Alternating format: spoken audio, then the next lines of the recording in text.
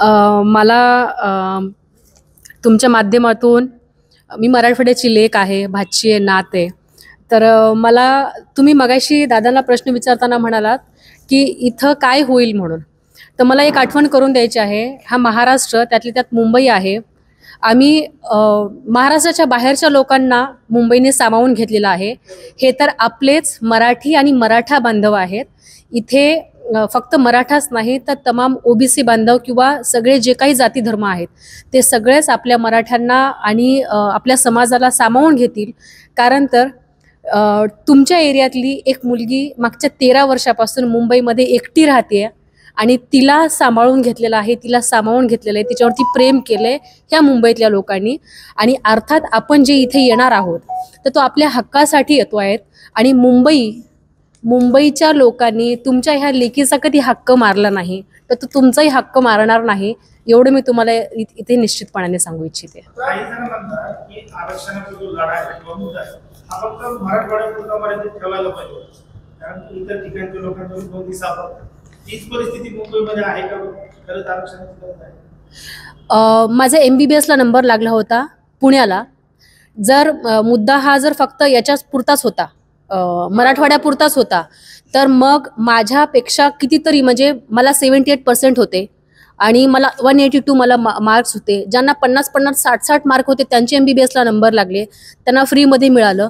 आणि मला government seat मिळून सुद्धा जे माझ्या आईबापाकडे 1.5 एकर शेत होतं माझ्या बापाचं, लोकांकडे माझे आईबापा भीक मागितले 10-10 रुपये तरी आम्हाला द्या म्हणून.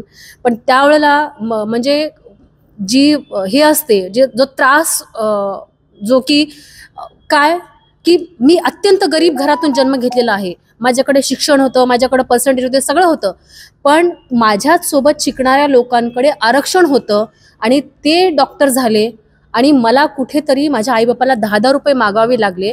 मग हे जे तुम्ही म्हणताय की मराठवाड्यापुरतंच ठेवायला पाहिजे होतं, तर मग जर तुम्ही इतर आरक्षण जर ते मुंबईमध्ये आणता, पुण्यामध्ये आणता किंवा अन्य महाराष्ट्रामध्ये नेता, तर मग जेव्हा आमचे हक्क द्यायचे असतात तेव्हाच तुम्ही मराठवाड्याचा विषय का करता? हा माझा तुमच्या माध्यमातून त्यांना प्रश्न आहे.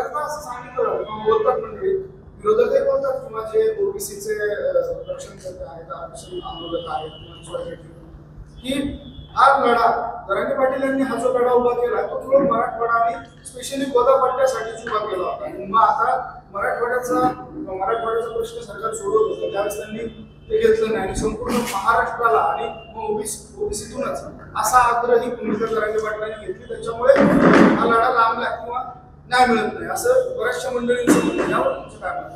लढा लांबलेला नाही. आदरणीय मनोज दादांनी तुमच्यावरती जो काही विश्वास टाकला होता, तुम्ही त्या विश्वासास पात्र उरला नाहीत.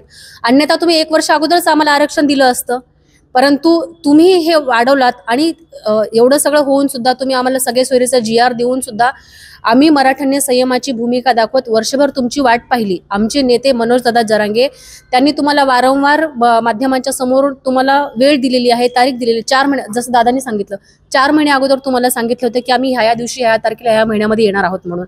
दादांनी आता सांगितलं 2 दिवस अगोदर प्रशासन इथं मिटिंगला लागलेलं आहे म्हणून. जर 4 महिने अगोदर तुम्हाला तारीख दिलेली आहे तर मग दिरंगाई कोणाकडून होते? तुमच्याकडून दिरंगाई होते ना. आम्ही तर सुरुवातीपासून आमच्या मुद्द्यावरती किंवा आमच्या मागणीवरती ठाम आहोत. दिरंगाई तुमच्याकडून होते, तर तुम्ही आम्हाला कसं काही म्हणू शकता दिरंगाई म्हणून?